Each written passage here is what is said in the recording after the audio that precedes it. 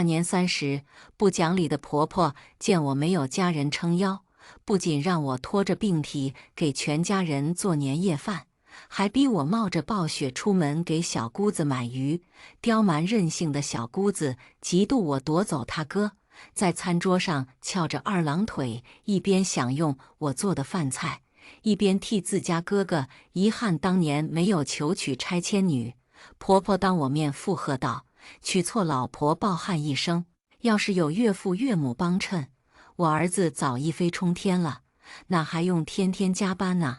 我不愿意再忍气吞声，扇了沉默寡言的丈夫一巴掌，提了离婚。婆婆要打我之时，有人按门铃，常年霸占新闻的本市首富带着保镖赫然出现，在沈家人谄媚的眼神中，热泪盈眶地握住我的手。20多年了，我的乖女儿，终于找到你了！呸呸呸！我忙活了一晚上，终于把最后一道年夜饭端到餐桌上，就听见小姑子沈梦莹嫌弃的声音。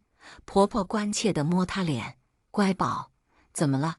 她嘟起嘴，把手中的筷子随手摔到我面前：“还不是你那好儿媳妇周夏做的好事？你问问她是怎么炒的菜，这他妈是人吃的东西吗？”沈梦莹爸爸走得早，对哥哥的眷恋很深，他觉得是我抢走了他哥哥对自己的独宠，只要一见面就给我找不痛快。不过大过年的，我不想跟他起冲突，于是我装作看不懂他的挑衅，重新拿了一双筷子去试鱼肉。“你别急，嫂子先尝尝。”这一尝，我心里暗道不好，今天我发高烧，怕不是把脑子给烧糊涂了，竟然把盐和糖弄混了，好好一条鱼就这么糟蹋了。一时之间，我自己都有些不好意思，双手局促地擦了擦围裙：“对不起啊，我今天人有些不舒服，应该是调料放反了，今天这鱼可能吃不成了。”话音刚落，沈梦莹眼眶瞬间红了，她不依不饶道：“你什么意思啊？我最喜欢吃的就是鱼了。妈，哥哥，你们现在自己有了一个家，我这个外人大过年回家就连一条鱼都不配吃了是吗？婆家娘家都嫌弃我，我还活着干嘛呀？去死了算了！”说着，她作势要往门口走，婆婆恶狠狠剜了我一眼，赶忙把沈梦莹拉住抱在怀里：“乖宝，大过年快别说这些不吉利的话。你姓沈，这个家永远都只会是我们的家，谁走了也轮不到你走。”沈梦莹在他妈怀里蹭了蹭，哭唧唧地仰起头撒娇：“我想吃鱼，妈妈，你想吃都依你，我现在就让你嫂子出门买去。乖宝，先辛苦你陪妈妈看会春晚。”说着，婆婆扭头看向我，恶狠狠道：“没听到我说话吗？怎么还坐着？你捅的篓子，还不赶紧出门买鱼补偿妹妹去？我本来就烧得头晕眼花，再加上一天没吃饭，拖着病体为全家人做了一大桌子年夜饭，体力早就不剩多少了。”此刻看向窗外纷纷扬扬的大雪，我满脸不可置信。就算是偏心自己女儿，也不带这么欺负人的。我发烧了，身上没力气，况且大年30，外头这么冷，我上哪临时买鱼去？去买，去借，去河里捞，你自己想办法。婆婆扶着沈梦莹坐下，给她倒了一杯热水暖身子，接着鄙夷地对我说道：“发烧有什么了不得的？你一个福利院长大的孩子，哪那么娇气？”一直忍着没发作怒火的我，听了这话，终于也忍不住了。我一拍桌子，起身反驳：“妈，福利院长大的也是正常人，也会生病，也有难受的权利。你能不能收起你的有色眼镜？我的出身是我心里一直不愿触碰的逆鳞。当年结婚的时候，沈浩妈妈看我没有亲人，连一开始就早早为儿子准备好的彩礼和五金都没给我，美名其曰为我们保管着。其实我心里门清，那些钱早就被他拿去陪衬自己亲生姑娘的嫁妆了。这些小事我可以退让，但拿我孤儿身份的事来数落我绝不接受。好，沈浩，你娶的好老婆都会对你妈拍桌子了，你管不管？你不管我以后的日子怎么过，道理说不通时就打感情牌。婆婆看准了沈浩愚孝，最擅长的就是在沈浩面前哭天抢地装可怜。沈梦莹也给自家妈妈搭腔：哥哥，你娶了老婆之后冷落我也就算了，但是你看他怎么对妈的，娶了个这么不孝的老婆，你对得起爸爸在天之灵吗？一直沉默没说话的沈浩被迫卷进纷争里，这才终于无奈出声。他面色不悦地将我拉到身后：行了，大过年的吵吵嚷嚷算怎么回事？都别吵了，你们在家等着，我送小夏出去买鱼，你就在车里等吧。我去饭店后厨碰碰运气，看有没有鱼，外头冷得厉害。而此刻听了沈浩的话，我的心里却终于泛起一丝暖意。我和沈浩二人从大学走到婚姻，感情总是有的。他愿意护着我，这也是我为什么愿意为他忍受他妈妈和妹妹的原因。不得不承认，因为家庭的原因，一直孤身一人的我，比常人更缺爱一些。我在车上等了一会，突然来了一通电话，是警方。喂，您好，是周夏周小姐吗？我这边是公安局，这边同步您一个好消息，您的 DNA 比对信息有了重大进展，经过科学严谨的比对和复核，已经成功匹配上了您的亲生父母。现在我们已经将您的亲生父母基本信息发送到您邮箱。为了让您一家人早日团聚，接下来的日子请您保持电话畅通。我的脑子轰的一声炸开。其实一开始我并不抱多大希望，甚至想过或许双亲都不在人世了，但我没想到居然真的找到我的亲生父母了。我迫不及待地打开邮箱，却在看到二人的照片时，瞬间瞪大了眼睛。方如琪、凌霞，我的亲生父母，竟然是常年因为做慈善而霸占新闻头条的首富。怎么会有这样的事？一颗心疯狂地跳动着，我迫不及待地想跟沈浩分享我找到爸妈的好消息。他也恰好在这时带着一身风雪和一尾鱼回来。沈浩，我跟你分享个好消息。我一脸兴奋，却被他不耐烦的声音打断。我不想听。周夏，为了你的错误，大过年的我跑出来求人要鱼丢人现眼的。你觉得我还有心情听你的是吗？他表情阴沉，我的笑容僵在脸上，如同被当头泼了一盆冷水。刚才的事，你也觉得是我的错？他揉了揉太阳穴，继续数落我。别用质问的语气跟我说话。我这个做儿子、做哥哥的，难道我要说是我妈、我妹的错？周夏，我是为了给你面子，才把这些话忍到现在的。爸去得早，妈妈拉扯我和妹妹长大不容易，你做儿媳妇的人受点委屈怎么了？至于大过年的冲着老人家拍桌子吗？还有，沈梦莹在娘家受委屈你不是不知道，一年到头她也就这几天陪在家人身边能开心些，你跟她斗什么气？那盆冷水带来的寒意，此刻浸透我五脏六腑。我看着那个曾经说心疼我的过往，要给我一个温暖的家的男人，只感觉到陌生。沈浩，你说话也要凭良心。我嫁给你3年，哪一年过年的时候不是忍气吞声，当奴才伺候你们全家人的？你妹冲我扔筷子，我没忍吗？如果不是你妈拿我孤儿身份说事，我会生气。什么你妈你妈的？你是我老沈家的媳妇，那就是你要拿命孝敬的亲妈。沈浩握着方向盘，突然来了火气。我知道你从来没有感受过母爱，我这个做丈夫的今天就明确告诉你，在长辈面前受点委屈是很正常的，不是所有人都能包容你的敏感和自卑。那一刻，我终于懂了什么叫做血浓于水，外人到底是外人，他要给我的家，终究不是我的落脚点，是我奢望太多了。见我脸上突然掉下2行泪，沈浩自知严重，叹了一口气，语气缓和下来：“小夏，你刚才要跟我说什么事？”我靠回座椅上，沉默地摇了摇头，没有必要分享了。原来我自以为爱着我、护着我的沈浩，也不是站在我这边的。好在我也是有爸爸妈妈的人了。回到家里，婆婆搂着沈梦莹看春晚，母女俩有说有笑，乐得不可开支。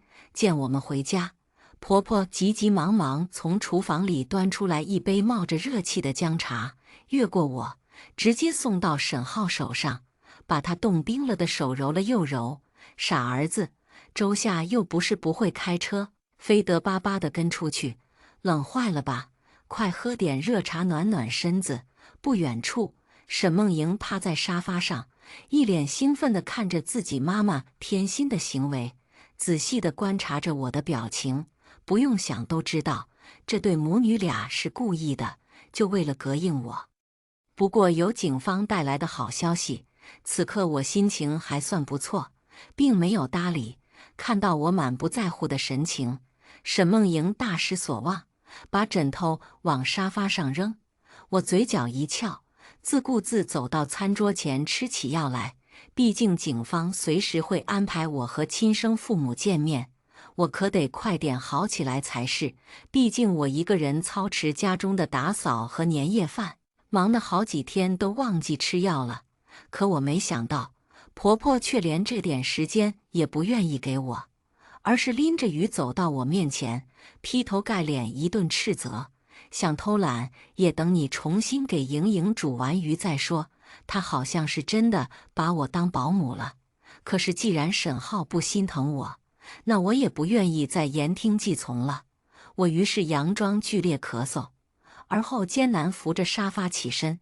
妈，刚才我出去冻得咳嗽都严重了，也不知道是不是甲流，要是煮菜的时候带着病毒的口水喷到菜里，莹莹会不会被传染？闻言，婆婆嫌弃地皱起眉头：“大过年的，你没亲戚走，我家莹莹可还要走亲戚呢。但到底是怕了，扔给我一个口罩，你戴上。莹莹难得回来，要是被你传染了，你罪过可就大了。”自己拎着鱼进了厨房。然而沈梦莹到底是见不得我清闲的，想整蛊我，却害得他心爱的哥哥陪着我出门挨冻。他一定憋了一肚子坏水。这不，刚安生吃饭没多久，他就开始作妖。这次他直接把吃完的排骨骨头一个一个的往地上扔，假惺惺地朝我招手：“哎呀，手滑了，嫂子，你正好吃饱了，闲着没事干，来给我扫一下骨头吧。”做得太明显，沈浩都看不下去了。沈梦莹，你嫂子咳得这么厉害，你也别太过分了。她不说话倒还好，一说话，沈梦莹直接炸开了锅。只不过1秒时间，那眼泪就如同断了线的珠子，不停往下坠。她捂着心口，满眼受伤：“哥，大过年的，你为了一个只跟你认识几年的女人骂我。”沈浩有些懊悔：“莹莹，哥不是这个意思，你就是这个意思。”沈梦莹跟疯了一样，把脚放在椅子上，抱着自己的膝盖嚎啕大哭。她开始回忆起从前，爸爸走得早，你跟我承诺过，这辈子你既是我的哥哥，也是我的爸爸，护我一世周全。这么多年，我们一起长大，你保护我，赚钱给我花，给我买了人生中第1双高跟鞋。可是这一切，从那个女人插足我们的感情之后就变了。她声嘶力竭，看着我的眼神里分明有恨。就是她出现，分走了你对我的爱和关心。我远嫁，老公和婆婆欺负我的时候，你在哪里？你在和你的心上人恩爱呢。沈浩，我恨你们！曾经那个发誓一辈子不让我受委屈的哥哥去哪里了？把他还给我！”他拼命地捶打沈浩的胸口。沈浩被他说的也很愧疚，把他紧紧搂在怀里安抚，用哀求的眼神看向我：“小夏，过来扫一下。”我本来身体就不舒服，被沈梦莹又尖又细的哭声吵得更是头疼。我深知今天不如他的意，这事就结束不了，于是强忍着不悦，拿着扫把和簸箕到了沈梦莹身边，一个一个的扫干净，活脱脱像个保姆。他在沈浩的怀里耀武扬威地朝我笑了一下。他对沈浩这变态般的占有欲让我不禁一阵恶寒。这小姑子对我的嫉妒来得就很莫名。这对兄妹俩的关系怎么感觉不像兄妹？我扫完骨头，本以为这事已经结束了，准备回房间缓一缓，没想到餐桌上竟自顾自聊起了沈浩的青梅竹马。哥，你看慧怡姐这2天去马尔代夫旅游了，穿着泳衣多性感啊！说着，他把照片递到沈浩手中。沈浩扫了照片一眼，不自在地收回眼神道：“怎么突然聊起慧怡了？”沈梦莹笑着瞥了满脸青黑的我，提高了音量：“也没什么，就是突然替我哥遗憾。慧怡姐家里就她这一个女儿，要是你娶了她，那拆迁款和他爸的所有资产不都全是你的了？啧，这何止少奋斗10年呀！”陈慧怡是沈浩的中学同学，也是他的初恋，刚毕业就开上了保时捷跑车，浑身名牌。听说至今未婚。说起这个事，婆婆也长叹一口气，直呼我儿命苦，要不说娶错老婆抱憾一生呢。我们沈浩这么有能力，要是有岳父岳母帮衬，早一飞冲天了，哪还用天天上班领那点死工资啊？一家人吃着我做的年夜饭，却把我当成不存在的透明人，在我面前遗憾我丈夫没有娶别人女人，而且这话里话外倒是把沈浩如今还是个小职员的锅全部往我头上扣了。这家人摆明了欺负我周夏是没人出头的孤儿。我被气得浑身发抖，看向沈浩，他沉默了一会，一推眼镜，小声道：“人生没有重来，都别说了。”原来他也动摇了。至此，我对这段婚姻的最后一点留恋也没有了。从前我愿意容忍，是出于对沈浩的感情，但不意味着我就真的天生下贱。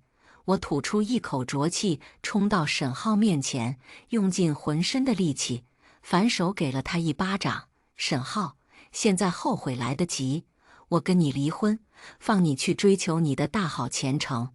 他的家人怎么样，我不在乎，但他这么对我，背弃了曾经的诺言，这个巴掌就是他应该受的。清亮的巴掌声响彻整个房间，瞬间一片死寂。反应过来之后，婆婆尖叫起来，冲上前来要打我。没人养的贱蹄子，敢打我儿子，反了天了！你看我今天不替你也爹也妈教训你。正好此时，家里的门铃突然响了，十分急促。大过年的，怎么有人来串门？沈梦莹小声嘟囔，然后惊喜道：“不会是我老公低头来接我回家过年了吧？”这么想着，她竟忘记了给哥哥报仇，小跑着去开了门。可惜让她失望了，这门一开，映入眼帘的是乌泱泱一片人，身后的是保镖，而为首的是一对年轻且富贵的中年夫妻。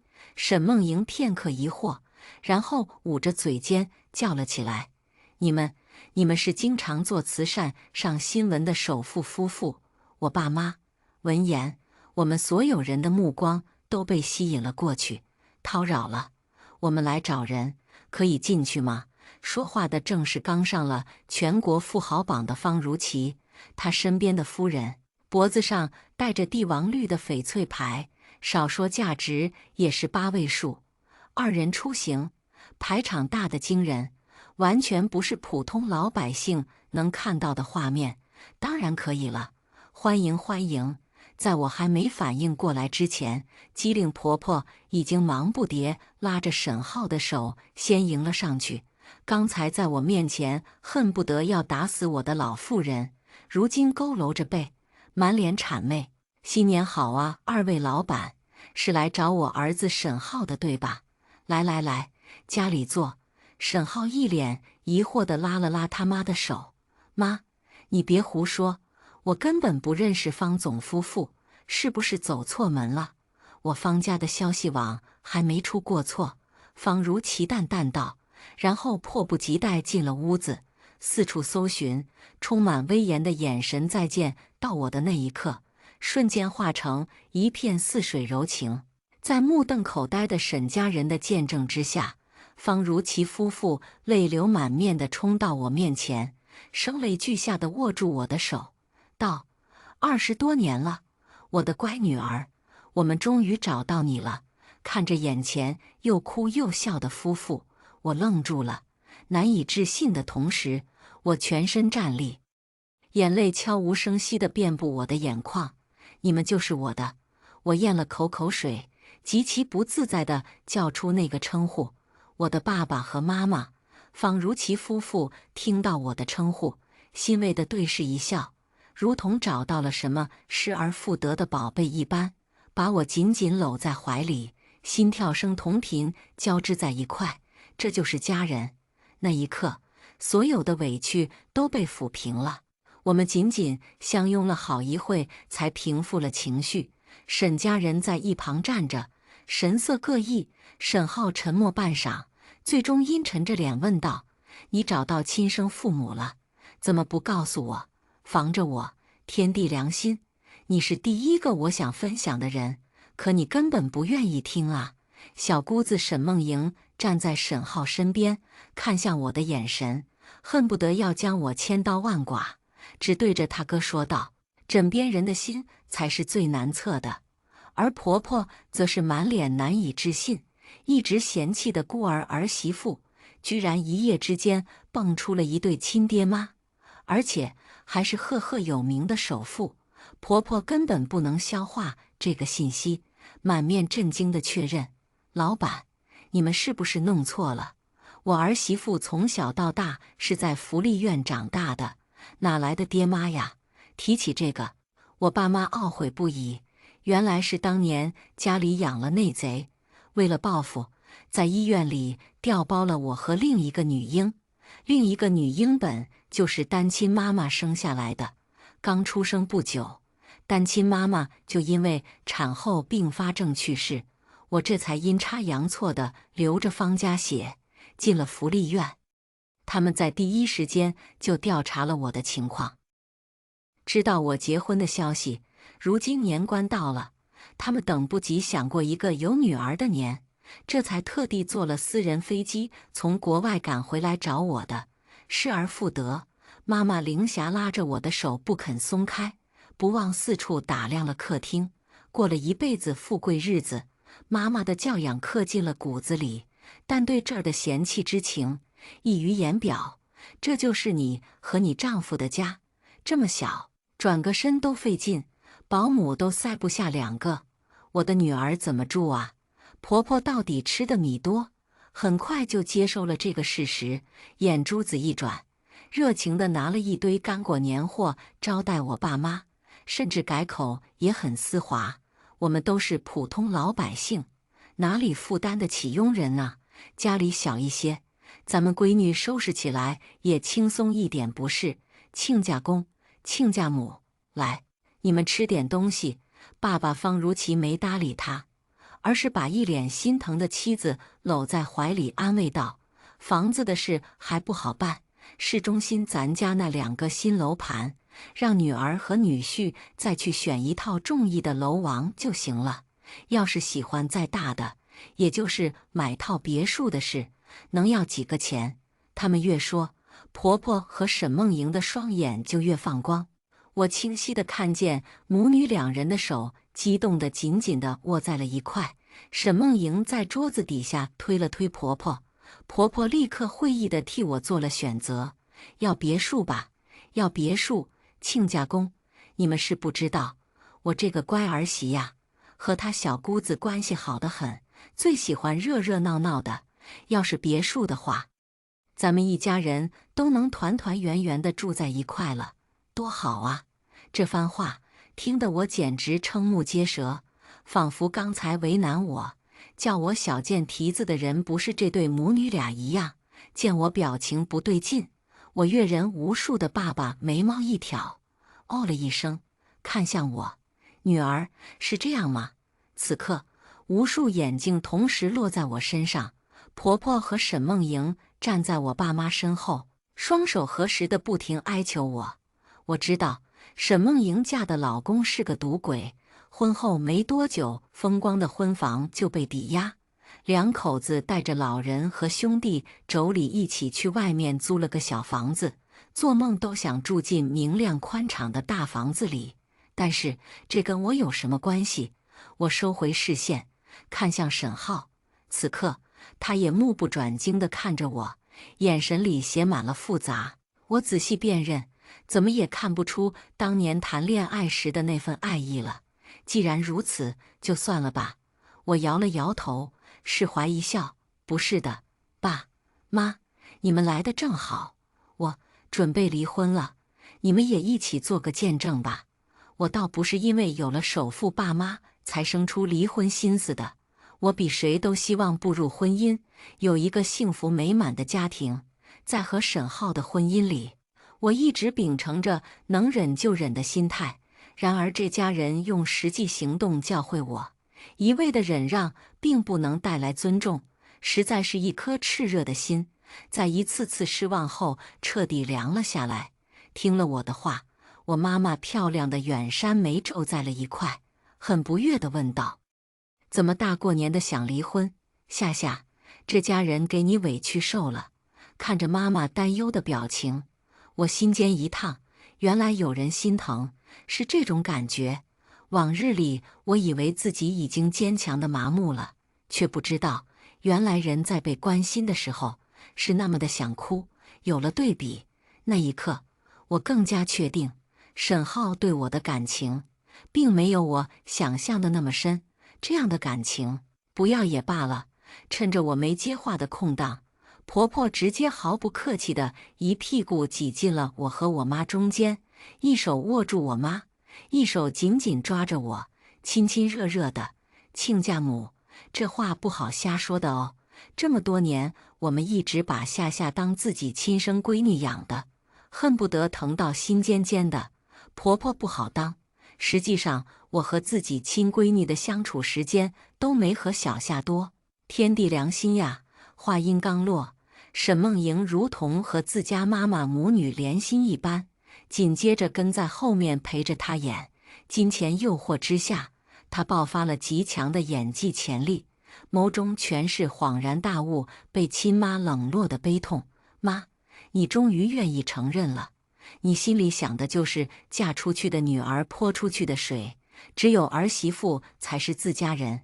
这么多年，你就是一直偏心嫂子。死丫头，你懂什么？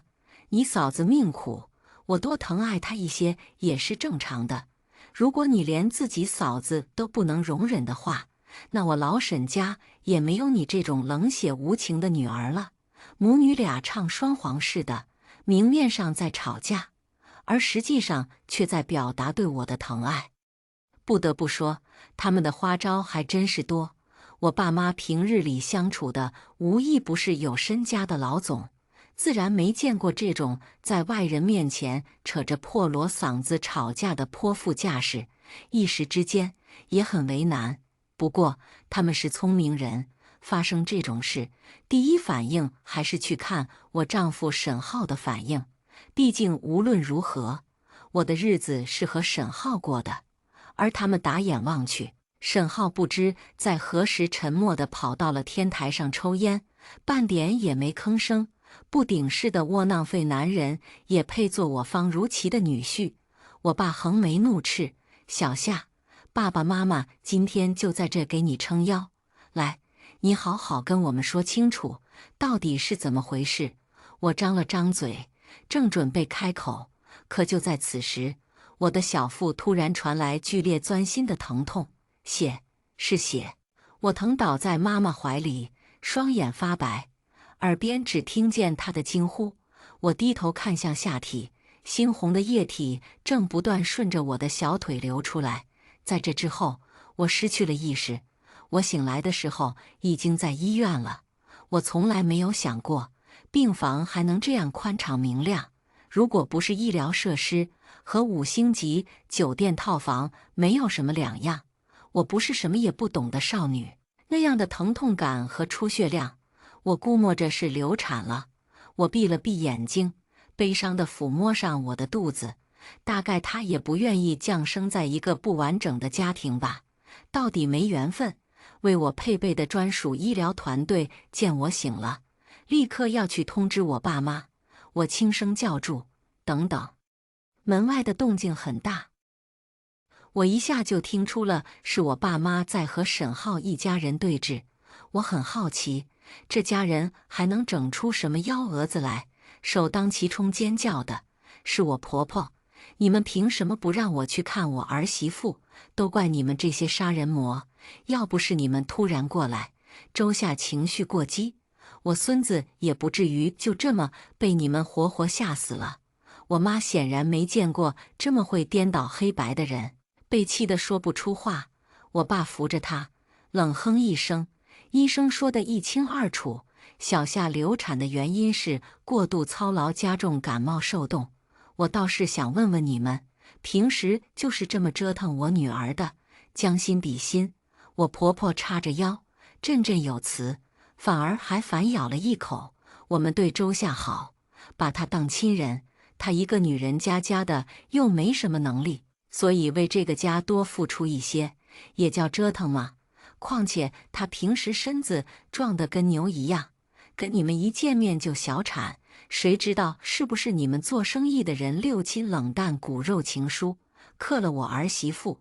沈梦莹也加入了战场：“叔叔，现在我沈家长孙就这么走了，你们也该给我们沈家一个说法吧？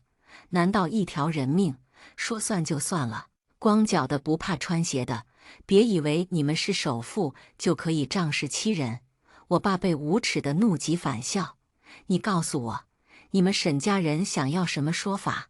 沈梦莹以为我爸松了口，语气有商有量的：“那孩子死在我家里头，怎么看也是不能住了。除了我嫂子和我哥住的婚房之外，再给我们重新买一套房子总是要的吧？”说着说着，听外面的动静，这对母女俩人似乎是躺在地上打滚，求人给个说法了。饶是我讨教了这么多年沈梦莹和他妈这俩奇葩多年，此时此刻也还是忍不住大为震惊。这家人真的贪婪的没救了，但我还是有些担忧。毕竟钱对于我爸妈来说只是纸，我生怕他们为了平息事情，真的如了他们的愿，花钱消灾。我可不想这家人拿到1分钱。我准备起身制止，听见我爸隐忍着愤怒，用着看垃圾的眼神，缓声反问道：“收起你们泼皮的招数，你们欺负我女儿的账，我还没清算，你们倒是恶人先告状起来了。随便什么阿猫阿狗都可以在我方如其面前耍无赖，你们当真以为我这几10年在世过家家？我告诉你们，对我女儿不好的人，别想从我这里要走1分钱。我已经报警了，要进警察局还是接着闹，被我的保镖扔出去，你们自己盘算。”我心里松了一口气，多虑了。我爸能在首富的位置上坐那么多年，雷霆手腕，怎么可能是任人威胁的孬货？社会一直有一种共识，富到这种地步的人，早就游走在黑与白的边缘，让一个普通人瞬间失声，简单的如同碾死一只蚂蚁。很显然，我婆婆和沈梦莹也对这隐晦的法则心知肚明，更何况我爸那声音透露出不怒自威的威胁，就连我听了也是遍体生寒。沈家人哪里见识过这种气势的威压，面面相觑，终于还是走了。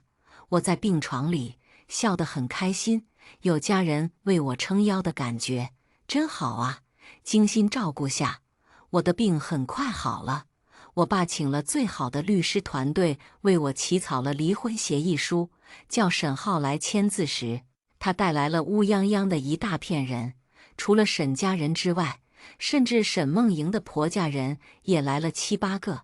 沈梦莹嫁过去没多久，婆家的日子就一落千丈。婆家人迷信，一直深信不疑是她带来了霉运，不曾给她好脸色看。今天跟着一起来，恐怕也是听了她说跟首富攀上了亲戚，要一起来分一杯羹的。穷山恶水出刁民，那家人更不是好相与的。那行人看着方家装修的富丽堂皇的会客厅，眼睛都看直了，活像刘姥姥进大观园，更是卯足了劲要闹出个名堂。沈梦莹婆婆率先发难，亲家周下肚子里刚死了沈家的长孙，你们就要逼着他离婚？普天之下哪来的这种道理？大概是怕被报复。婆婆这回学聪明了，不知道是不是承诺了什么分成，竟然成功让沈梦莹婆家人在前面冲锋陷阵，而自己只是跟在身后附和。我爸坐在太师椅上，揉了揉眉心，你们又算是什么东西？上不得台面的东西，也配跟我方家攀亲？这话说得毫不客气。沈梦莹公公浑身散发着酒气，在听了这话后，气得从口袋里掏出一把折叠刀，敢瞧不上我们？你们这些有钱人有什么了不起的？在我手下还不是几刀就死？狂什么狂？吓得众人尖叫。好在保镖眼疾手快，一脚就把他踹倒在地上，滑出去好几米远，趁机夺走了他手中的刀，把刀还给老子！你们敢踹我，老子要报警！公公，您少说2句吧，这里都是监控，您先掏的刀，闹到报警，咱们不占理的。沈梦莹一脸畏惧，但还是硬着头皮上前安抚，却被暴怒的她老公反手扇了一巴掌。贱人，你也配对我爸指手画脚？要不是你天天回家惹你嫂子不高兴，他也不至于要跟你哥离婚，到手的金蝉都做跑了。算命的没说错，你就是没心转世。这一巴掌毫不客气，沈梦莹的脸立刻红肿了起来。在家作威作福的她，在婆家人面前竟然挨打了，也只是捂着脸小声的哭泣。显然，这种生活是她的常态。可心肝宝贝女儿当众被扇巴掌，婆婆岂能忍？如同一只护崽的母狼，抄起病床里的花瓶就往沈梦莹老公的头上砸，如同失去了理智。你敢打我女儿？你敢打我女儿？你自己家留不住才怪女人，真他妈是窝囊废，活该穷一窝。他好像忘了，当时他也是这么把沈浩一直不升职的锅推到我头顶的。我看着这场闹剧，心中冷笑连连。我可是记得很清楚，年夜饭那天，他们一家人坐在一起讨论着后悔让我进了家门。怎么如今我要离婚了，却反而带人上门闹呢？势利眼的东西，真令人作呕。在我面前一直护妹心切的沈浩倒是没有加入这场纷争，任凭沈梦莹一直哭喊着叫哥，都没有搭理，而是径直地走到我和我爸妈面前，扑通一声跪了下来。婆婆凄厉一叫：“儿子，男人膝下有黄金，你跪女人算怎么一回事啊？”沈浩没回头，而是抿着嘴唇，很坚定道：“小夏，当年我承诺过要给你一个幸福的家，如今是我毁了这一切。我今天当着你爸妈的面给你磕头，也给我们死去的儿子道歉，希望你能再给我一个重新开始的机会。”他看向身后的母亲和妹妹，像是下定了什么决心。我自知原生家庭有毒，为了让你看到我的诚心，我愿意和刘碧霞和沈梦莹断绝关系，希望你的气能消一些。我简直不敢相信自己的耳朵，沈浩这个孝心外包的妈宝男，竟然亲口说要和他妈断绝关系，一家人竟然也可以大难临头各自飞。那这么些年，他苦口婆心地告诉我他妈不容易，要我对他妈好算什么？算我傻逼吗？沈浩，你是我胯下爬出来一把屎一把尿喂大的亲儿子，你现在跟外人说要跟我断绝关系。刘碧霞受不了这样的刺激，尖叫出声，整张脸颤的肌肉不停抽搐，可见被自己捧在手心养大的儿子当众背叛，那滋味一定不好受。沈浩冷哼一声，不为所动。像你这样破坏我婚姻的妈，我宁愿没有。话音刚落，刘碧霞两眼一翻，晕了过去。我爸妈怕人死在家里，急匆匆叫人把她抬走。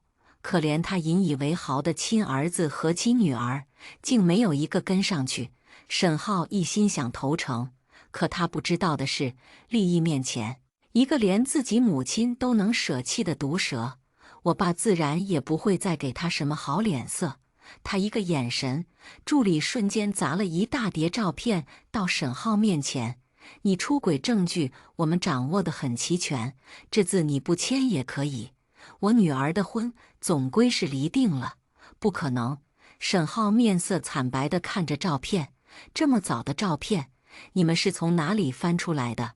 我妈冷笑了一声，不屑多看他一眼，知道这里是个市，言下之意，这座城市在他们眼里没有秘密。到这时，我才知道，原来这些年沈浩一直在出轨。和我在一起时，或许他有过几分真心，但男人的真心是最经受不住时间的考验的。有这样的妈妈和妹妹在身边，无数个夜晚，他都在后悔娶了我这个对他事业没有任何助力的孤儿。所以就用调剂的方式报复我。这些年的婚姻到底是错付了，好在命运到底是眷顾我的，替我结束了这段失败的婚姻，还把我最好的爸妈还给了我。不管他们是不是首富，我只知道有人撑腰的感觉才是无价。我生日那天，我爸妈开了一个轰动全城的新闻发布会，官宣找回爱女，并且把我们全家人的照片放在地标建筑上滚动。我坐在劳斯莱斯上陪妈妈逛街时，在路边看到了两个蓬头垢面的妇人，一老一少，很是眼熟。司机，麻烦停一停。我蹙眉，降下车窗。20多年了，我的乖女儿，终于找到你了。但而那年轻一些的姑娘，像是受了刺激，瞬间给了他一巴掌。你神经病，胡说八道！明明是那个贱女人抢了我首富女儿的身份的，那个穿晚礼服的女人应该是我。我早晚要报复回去。后来我才知道，刘碧霞因为经受不住打击疯了。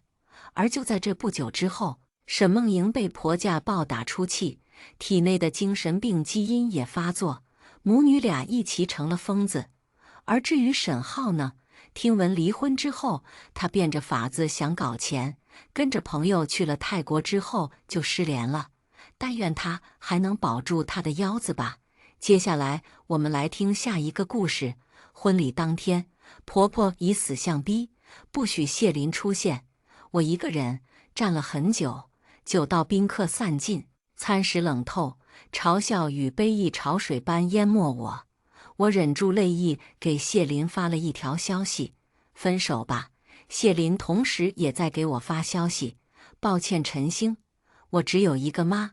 谢林撤回那条消息，重新发送：别冲动，我会给你解释。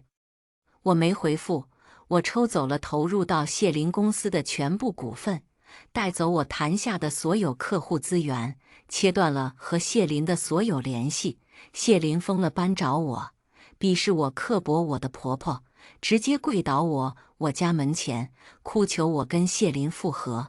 我挽着门当户对相亲对象的手，轻笑：好狗不挡道，罗春花的身体摇晃了一下，整张脸变得煞白，似乎承受不住我的羞辱。她保养光滑的脸上泪水滚滚落下，搭配她柔弱好妻的气质，真的宛如一朵老白花。陈星，我知道从前我有很多让你误会的地方，你要怎么报复我都行，求你别用和谢林分手惩罚他，好吗？罗春花对着我砰砰磕头，很快额头就红肿流血，她一副快晕过去，咬牙坚持的模样。我叫来的安保、周围的邻居，甚至连我的相亲对象都被她打动，劝我：你们好好谈谈吧，说清楚，这么大年纪又跪又磕头的，别出现好歹。我气得全身发抖。他可怜，被他作践的我就不可怜吗？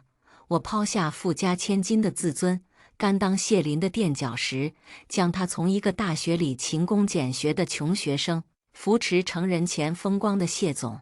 说好，等他功成名就，风光迎娶我。结果因为罗春花的阻挠，我成了全京城的笑柄。我背负上连谢林都不要的印记，就连相亲都只能往下找。我受到的伤害就不算伤害了吗？我目光冰冷地一一扫过去，最后落在罗春花身上。我看见她颤抖瑟缩了下，似乎很害怕我。其他人眼里的同情更浓，相亲对象更是想伸手把罗春花扶起来。罗春花隐晦地对我挑衅一笑，这次我没有被激怒，没有大喊大叫指责他撒谎。我一手扶住额头，一手按住心口，虚弱难受地往下倒。你，一个身影冲上来抱住我，熟悉的雪松气味充盈鼻端。我酝酿许久没出现的泪一下就涌出来。陈星，别哭，我来了，我在。你怎么样？是哪里不舒服？要不要现在去医院？谢林紧张地抱着我，俊脸上写着的全是对我的担忧。然而我脑海中呼啸而过的是每一次罗春花和我吵架，谢林都及时出现，奔向罗春花。他温柔安慰，满脸疲惫请求我：陈星，你能不能让我妈？她性子敏感，很容易忧伤。我只有这一个妈。每次我都不忍谢林为难，都选择忍让。我向罗春花道歉，我保证下次不会言辞过激。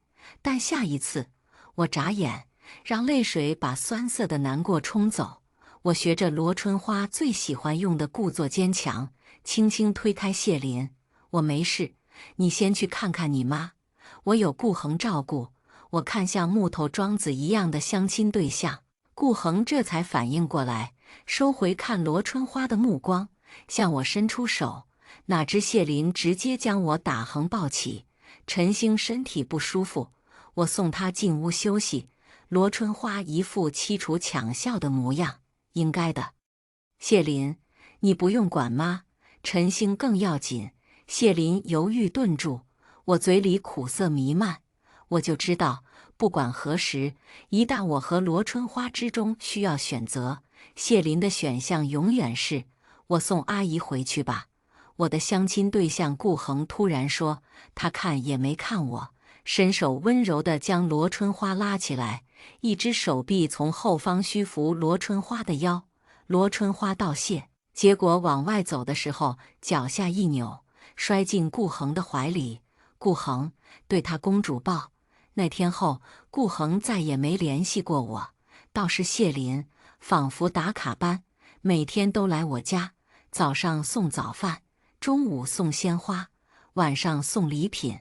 不管我是扔掉、拒绝还是冷脸，他都风雨无阻。我爸妈原本对他颇多怨言，在他连续的表现下，也松动了，甚至劝我和谢林复合。但罗春花像一根刺扎在我的心底，我不想回到总是被谢林舍弃的日子。我是人，我会流血，会痛。在谢林又一次深情款款，带着999朵玫瑰出现时，我对他点点头，一起走走。谢林欣喜若狂，他急忙上前想牵我的手，可是怀里的鲜花又挡住他，他手忙脚乱，无措着急的样子，一下和记忆中大学时青涩的谢林重叠。那时候他很穷，我却是生活优渥不知愁的小公主。本来我们毫无交集，但突然从某一天开始，我时常出现的地方都有他的身影。他在那里打工，我偶然得知我们是校友，就忍不住对他多关照。没想到在接触着、了解着，我对他动心了。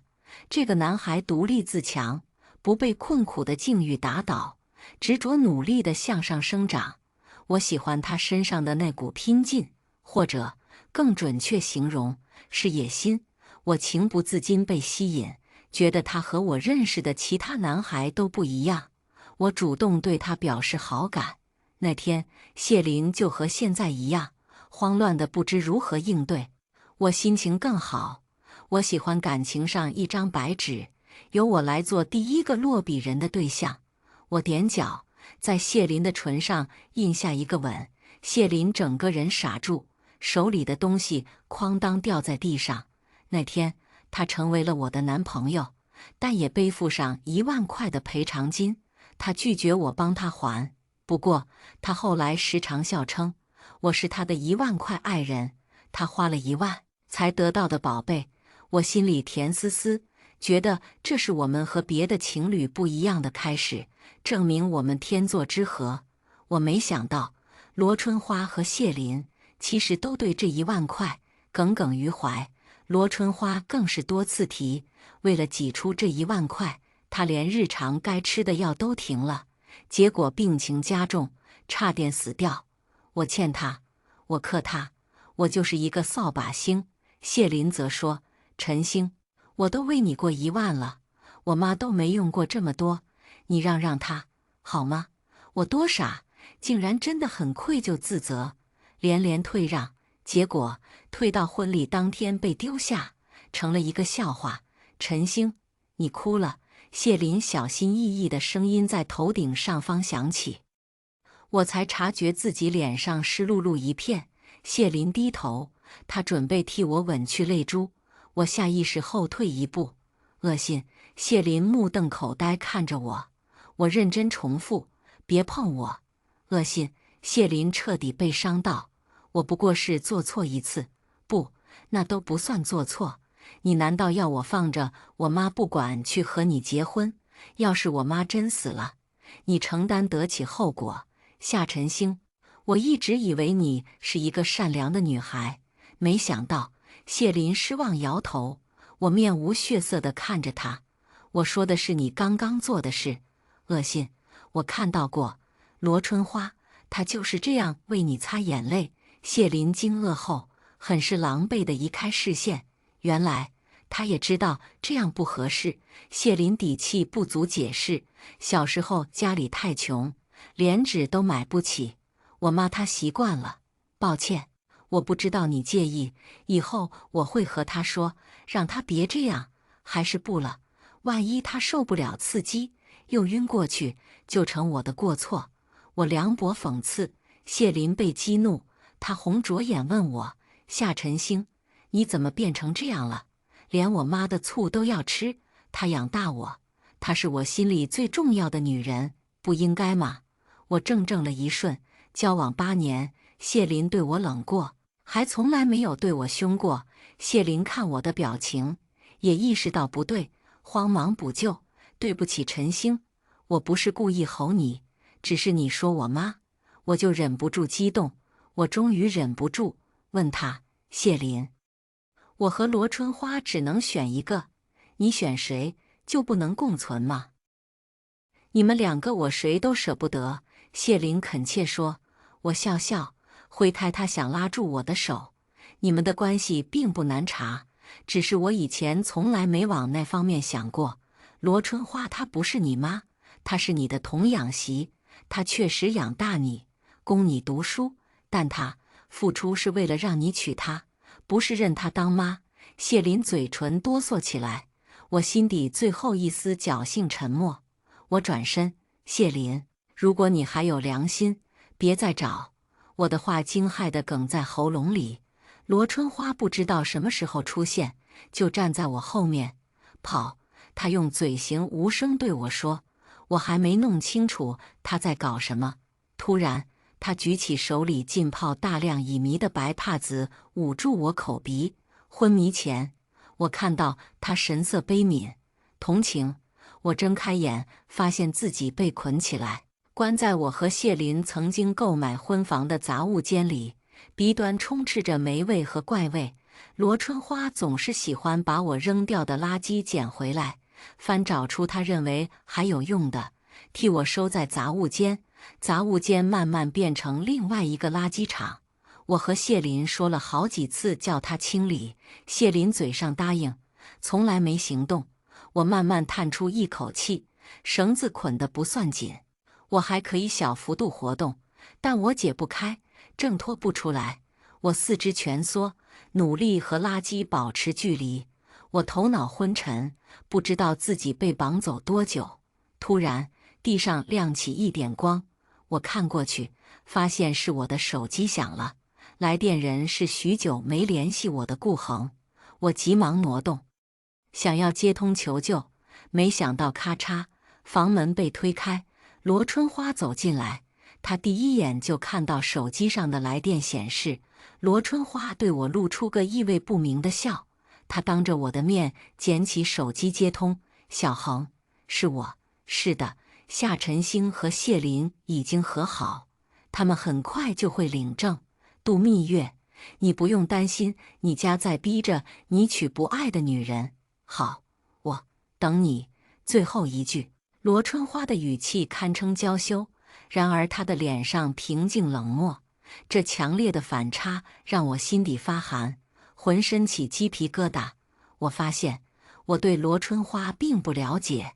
起初，我以为她是一个有恋子情节的麻烦婆婆。后来得知她和谢林的真实关系后，我同情她，可怜她，甚至决定结婚后，如果她放手，就拿她当长辈尊敬。可没想到，她并非软弱无能的女人，她比我更有心计。罗春花挂断后，直接把我的手机砸在地上，用高跟鞋碾碎屏幕，一些玻璃碎渣飞到我脸上，割得我脸生疼。谢林听到动静走过来，发生什么事了？罗春花面无表情，却用忧愁的语气回：“陈星情绪很激动，看来短时间说服不了他跟你领证。那怎么办？公司那里我快拖不下去，如果被员工知道陈星抽走投资，我连工资都发不出来，客户也全被截断，我就完了，我的心血全毁了。”谢林没走进来，他焦躁地在外面跺脚。我急切地想发声，叫他进来。我了解谢林，我有把握骗过他，让他放开我。可是罗春花似乎预判我的想法，她手心一翻，露出一把水果刀，直接贴在我的脸上威胁：“没我的允许乱说话，我就毁了你的脸。”我很爱美，但在生命面前，美不算什么。我就要豁出去大喊。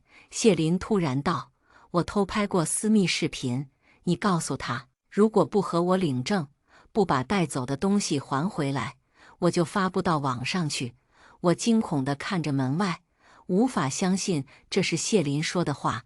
即便他在罗春花的事上骗我、伤我，我都以为他是个正人君子，结果他竟然不顾我的意愿偷拍。恶心感涌上来，我偏头干呕。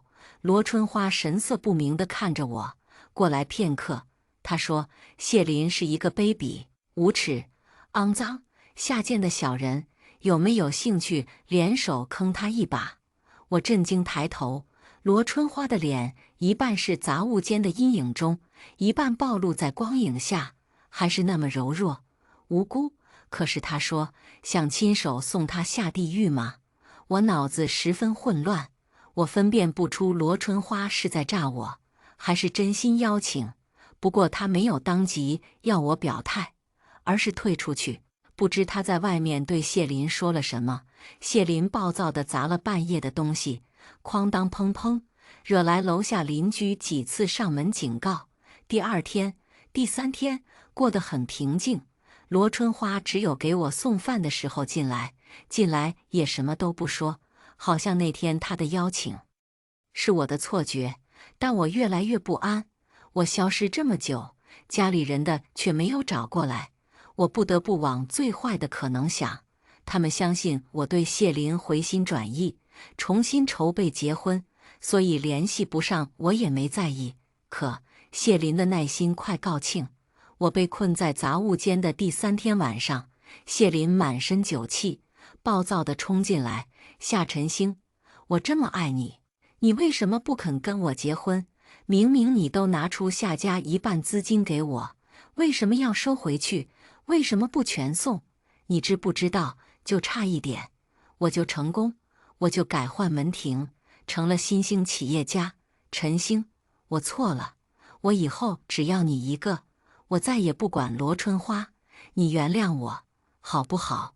谢林抱住我，胡乱地朝我吻下来，我躲避不开，只能狠狠一口咬在他的下巴上，直到嘴里尝到血腥味，我才凶狠松开。谢林吃疼，他愤恨地甩了我一巴掌：“不过是被用烂了的婊子，你被我睡得还少吗？这时候装什么纯洁？”谢林开始脱衣服，他要干什么？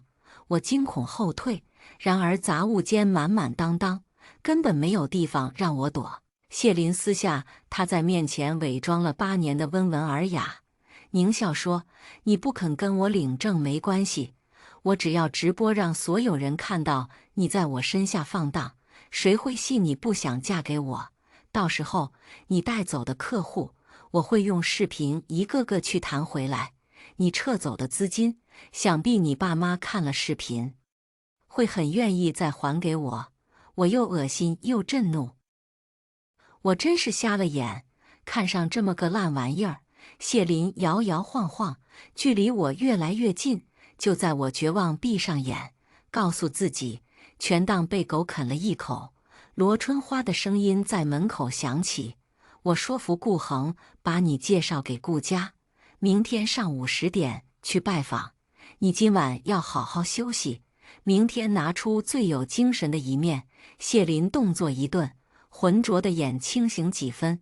我后怕又庆幸，忍不住朝罗春花看去，没想到被谢林注意到。他突然吩咐把他衣服扒光，用摄像头24小时监控画面，实时传输公开。不，我凄厉喊叫，我的反抗，我的斗志，这一瞬都被谢林的残忍击垮。你不可以这样对我，谢林，我和你8年感情，我对你那么好，是吗？那我只是想和你结婚，这个小小要求，你为什么不能满足我？谢林病态地看着我问。我茫然地看着他，我不懂，他为什么非要执着和我结婚？以我们现在翻脸的程度，难道结婚我就会对他死心塌地？这不可能，我和他都清楚。可是他为什么？监控，罗春花突然出声：“现在开吗？”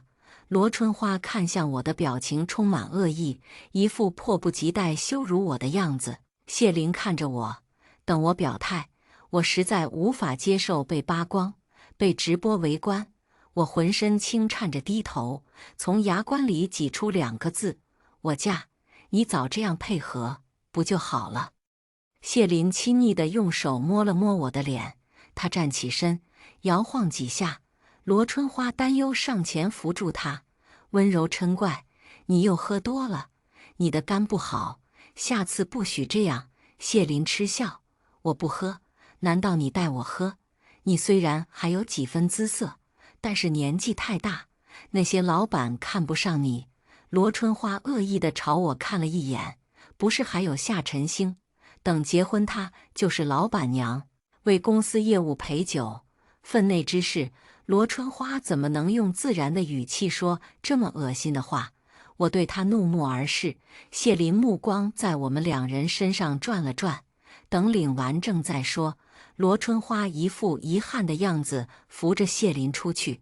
后半夜，罗春花悄无声息地进入杂物间，明天领证的时候，我能帮你争取一点时间。你可以发一条信息出去，只能一条。你先想好发给谁？”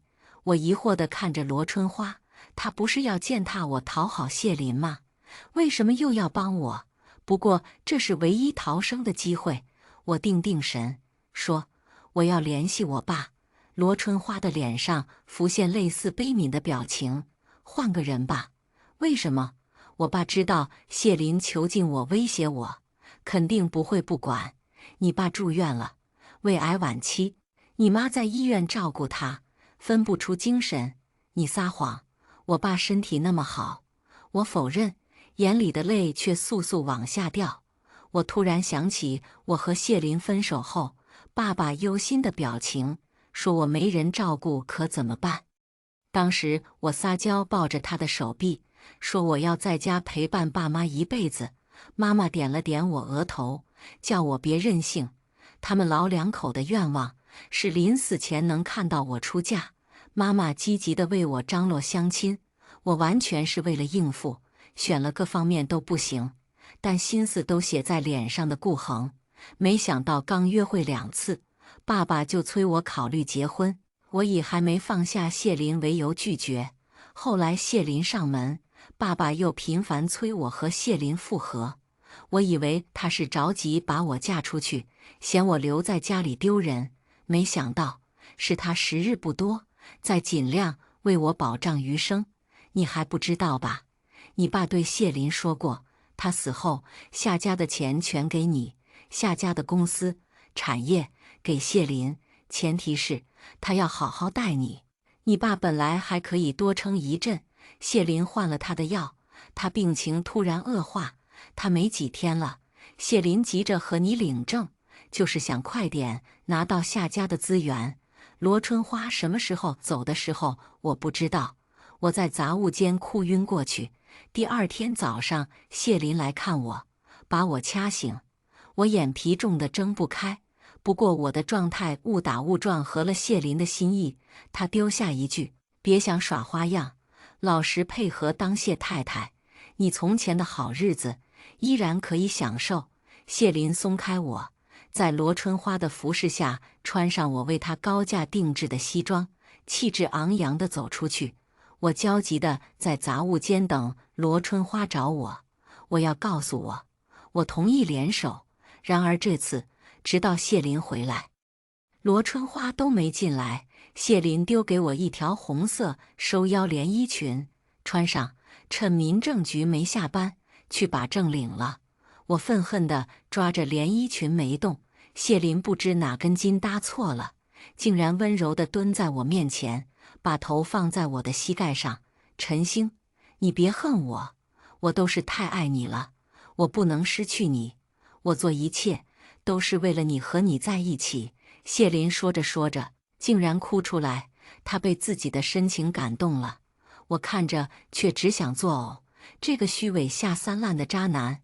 我强忍怒火，装出震惊、欢喜的语气：“真的吗？你为什么不早说？为什么要吓唬我？对不起，陈星，我被嫉妒冲昏了头。你不知道，当我看见你和别的男人相亲，我恨不得把我关起来，再也不让人看见。”谢林说得很认真，我心头一凛，他做得出来。我移开视线，没让他看到我的慌乱。我继续用甜蜜的语气说：“我那是故意气你，谁叫你每次都因为罗春花惹我生气？放心，以后不会了。等我们结婚，我就把罗春花嫁出去。”谢林对我保证。我心事重重的让我抱住我，脑子乱成一团麻。谢林今天在顾家谈了什么？罗春花的计划是不是被发现了？他说的联手还能进行吗？9. 民政局，我被谢林和罗春花一左一右夹着，排队等办手续。快要排到我们的时候，罗春花突然肚子饿，去了卫生间。过了没多久，谢林接到顾恒的电话。谢林眸光闪烁，分明是不想让我听到内容。于是他打发我去看看罗春花怎么还没出来。我求之不得，面上却磨磨蹭蹭，一副很不愿意的样子。谢林对我哄了又哄，我才绷着脸走向卫生间。罗春花看到我，马上把我拉入隔间。她拿出一台黑色老式手机，快，短信的内容我早就想好，我快速编辑完，输入号码发送过去。你找了顾恒？罗春花语气平静。我差点把手机摔出去。你怎么知道？我和顾恒有一腿呀，我能记住他的号码。罗春花语气自然说，让我一时都不知从何吐槽。好几秒，我才找回自己的声音。那你知不知道，顾恒对你示好，是我安排的？知道。我尴尬的脸都红了。算计人却早就被正主看穿，我好像个小丑。你这一步走得很好，给了我脱离谢林的灵感。我愣愣看着罗春花，罗春花却推开隔间门，该出去了。我们一前一后走出卫生间，我看到谢林竟然就在门口等着，不知他是什么时候来的，等了多久，有没有怀疑我和罗春花？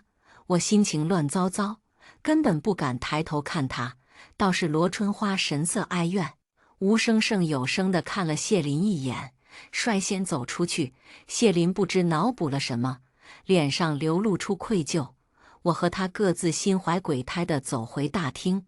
这次前面排队的人不多，我们等了10几分钟，就坐在窗口前。工作人员检查了我们的身份证，例行问了问题，就把资料拿给我们填。我捏着笔，心焦无比，快速思考着还有什么办法拖延时间。这证领了，夏家的一切就会落到谢林手上，到时候就算曝光他的真面目，也于事无补。陈星，是不是又低血糖犯了手抖？要不我帮你填？谢林温和问。接着他伸手想要拿走我面前的资料，工作人员阻止。这位先生，每个人必须自己填自己的。谢林遗憾地收回手。我冲工作人员感激一笑，扭头对谢林说：“早上出来的太着急，没吃东西，我饿得心慌手抖。我本来想说我去找餐馆吃饭。”谢林直接吩咐罗春花：“你去帮陈星买点吃的。”罗春花哀怨地看了谢林一眼，才走出去。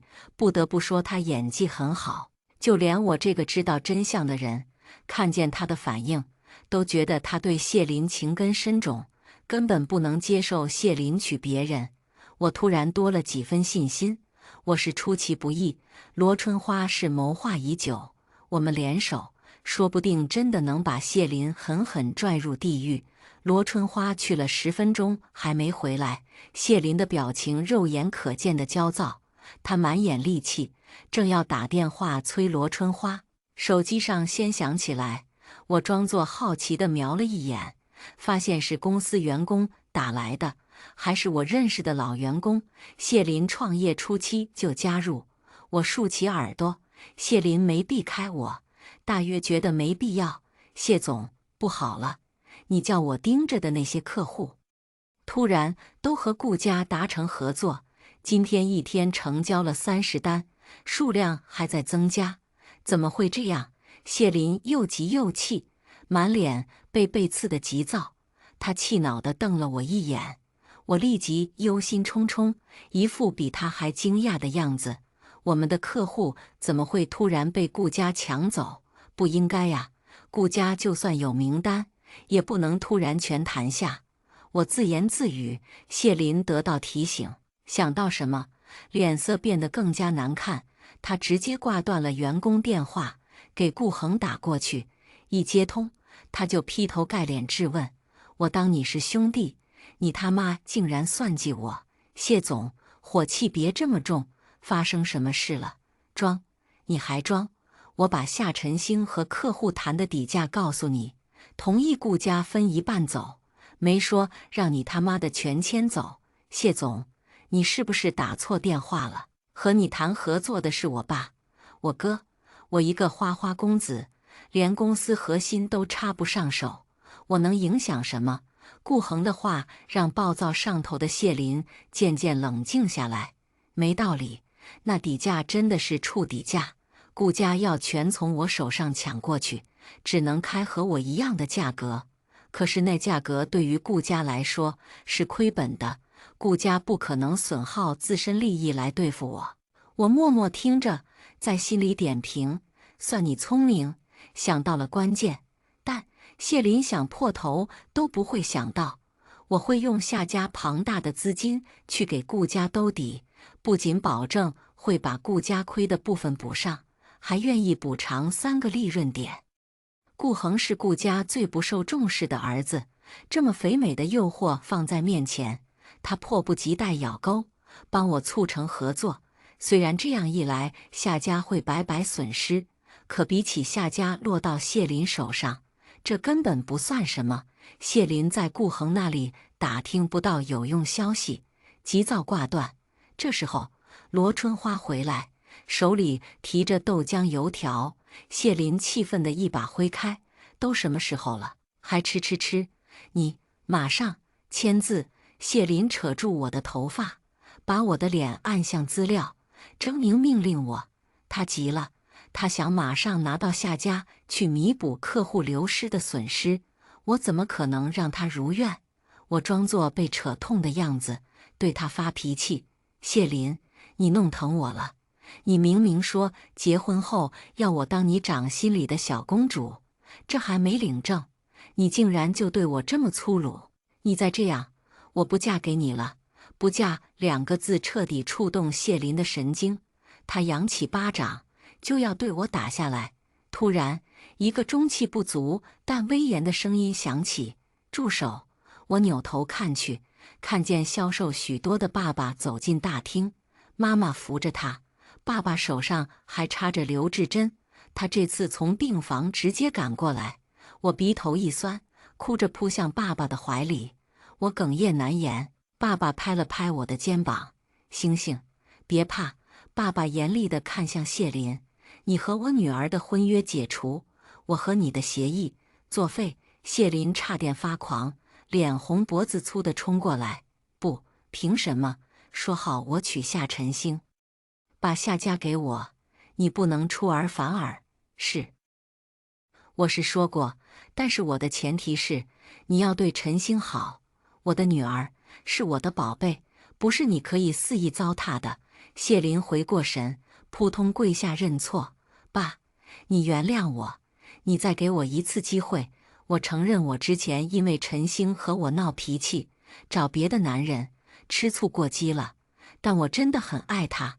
我紧张地抬起头，生怕爸爸被谢林的花言巧语骗过去。爸爸冷厉地看着谢林：到现在你还满口谎言，你绑架晨星，逼迫他，羞辱他，你做的事说的话都被记录下来。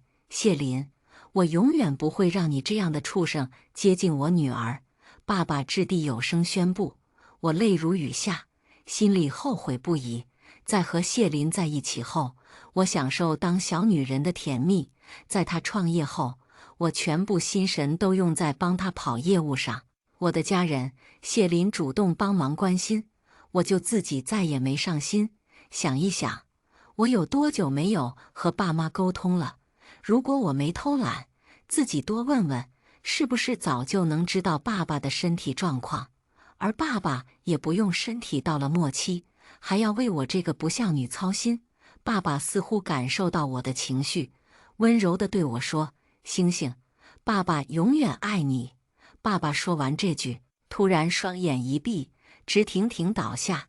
谢林眼睛发红，饿狼一样推开我，抱住我爸：你快收回协议作废的话，快呀！我拼命拉扯拍打谢林：你让开，我爸要马上送医院。谢林力大如牛，我和妈妈加起来都拉不开他。后来是罗春花叫来保安，一起使劲才把谢林拽开。我们匆忙上了救护车，谢林还想爬上来，但是被后续赶到的警察抓走。他囚禁我，逼迫我，还有利用公司做灰色收入的证据，都被罗春花趁着买早饭，一起提交给警方。谢林要面对的是无期的牢狱之灾。爸爸葬礼那天，我站在墓碑前，颤抖地宣读法官对谢林的宣判。我还把谢林崩溃懊悔的视频播放出来。可惜爸爸已经死了，再也看不见。节哀，一只手按在我的肩膀上，我侧头，罗春花收起了往日故作可怜的表情。我才发现，她清秀中自有一股坚韧。她比我勇敢。在谢林被抓后，我才知道罗春花的故事。她不是谢林的童养媳，甚至她算得上谢林的恩人。谢林是一个孤儿，四处流浪。罗春花偶然遇到被乞丐殴打的他，心软求家人收养。从此后，谢林有了家，有了名字。